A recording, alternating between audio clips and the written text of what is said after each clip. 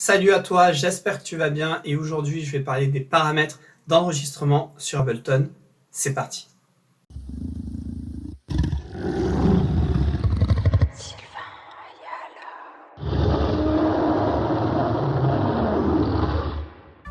Donc pour commencer, je vais vous montrer la partie matérielle. C'est quelques petites notions que certains connaîtront, mais c'est quand même important de les savoir. Alors du coup, on y va.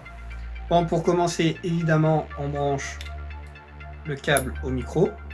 Voilà. Alors déjà, on vérifie bien que tous les potards sont à 0, que la lime fantôme n'est pas activée. Une fois qu'on a vérifié tout ça, on peut brancher le câble. Donc de préférence, rentrez-le sur l'entrée numéro 2 plutôt que sur la numéro 1.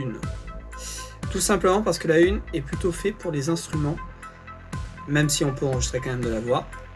Choisissez quand même l'entrée numéro 2. Alors maintenant passons à la partie logiciel. Donc on est sur Ableton Live. Donc pour commencer, on va aller dans les paramètres audio. Donc option préférence ou contrôle virgule et ça nous fait apparaître les préférences. Donc il faut aller dans audio et donc là le type de pilote que je conseille d'utiliser c'est l'Asio. Pourquoi? Parce qu'il est plus stable et il y aura moins de risque de latence avec.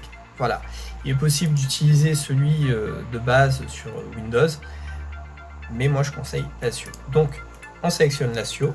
Ensuite, au niveau du périphérique, on choisit sa carte son. Donc moi c'est la Duo Capture X. Vous choisissez celle que vous avez. On peut y trouver aussi d'autres drivers qui peuvent être installés. Ça ne veut pas dire qu'il y a la carte son ou autre. C'est juste des drivers que vous avez peut-être installés via des plugins ou autres. Donc là, on choisit la carte son qui nous intéresse. Donc moi c'est la Duo Capture. Après, au niveau de ce qui est de la config d'entrée et la config de sortie, pour les cartes son, une entrée, deux entrées ou quatre entrées en général, c'est pas des trucs qu'on va utiliser. C'est plutôt quand on a beaucoup plus d'entrées. En gros, ça permet quoi? De les renommer si on le souhaite et de désactiver des entrées qu'on ne souhaiterait pas. Idem pour le côté sortie. Après, au niveau du reste des paramètres, je ne vais pas rentrer en détail dans cette vidéo parce que c'est beaucoup du cas par cas. C'est s'il y a des problèmes de latence notamment. S'il y en a, il ne faut pas hésiter à venir dans ces paramètres-là et à essayer de changer la compensation par rapport au pilote. On peut aussi aller dans la config matérielle et modifier la taille mémoire du tampon qui peut permettre de rajouter de la stabilité et d'enlever de la latence. Mais voilà, je ne rentrerai pas dans cette vidéo parce que c'est pas le but et puis c'est vraiment du cas par cas en général.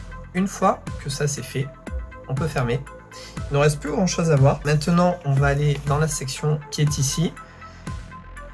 Et on va bien vérifier qu'on est bien sur externe in. Parce que si on est sur autre chose, ça ne fonctionnera pas. Ça voudrait dire que le son va passer par autre chose. Ensuite, très important, si vous avez branché votre carte son sur l'entrée 2, choisissez l'entrée 2. Si vous l'avez mise sur l'entrée 1, mettez sur 1. Mais si vous avez choisi l'entrée 2 comme je l'ai montré dans cette vidéo, et comme je le conseille, puisque l'entrée 1 est plutôt fait pour les instruments. C'est pour ça que vous avez en général une option qui est le IZ pour augmenter l'impédance des instruments, guitare électrique, basse ou autre, que vous n'aurez pas sur l'entrée 2. Donc, il vaut mieux plutôt choisir l'entrée 2. Donc là, du coup, on met l'entrée 2. Voilà. Après, ici, le in, auto et off, c'est par rapport à si vous avez le direct monitor ou pas d'activer sur votre carte son. Il y a des cartes son, maintenant la plupart, qui proposent le direct monitoring. En fait, ça permet que le son aille directement dans vos monitoring, donc dans les enceintes, sans passer par le logiciel. C'est super pratique, ça évite de la latence et tout ça, notamment. Donc si vous l'avez d'activer, laissez sur off au niveau de Ableton.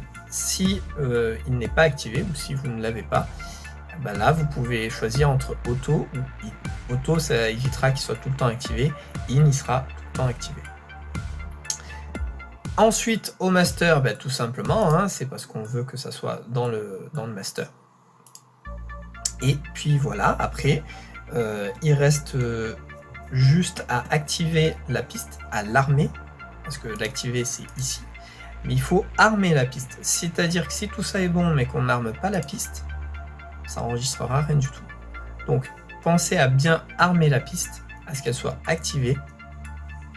Et après ça, il reste juste à jouer avec le gain de votre entrée. Donc moi je conseille de le mettre au milieu, à midi à peu près, et d'après l'augmenter ou le diminuer si besoin, selon ce que vous enregistrerez.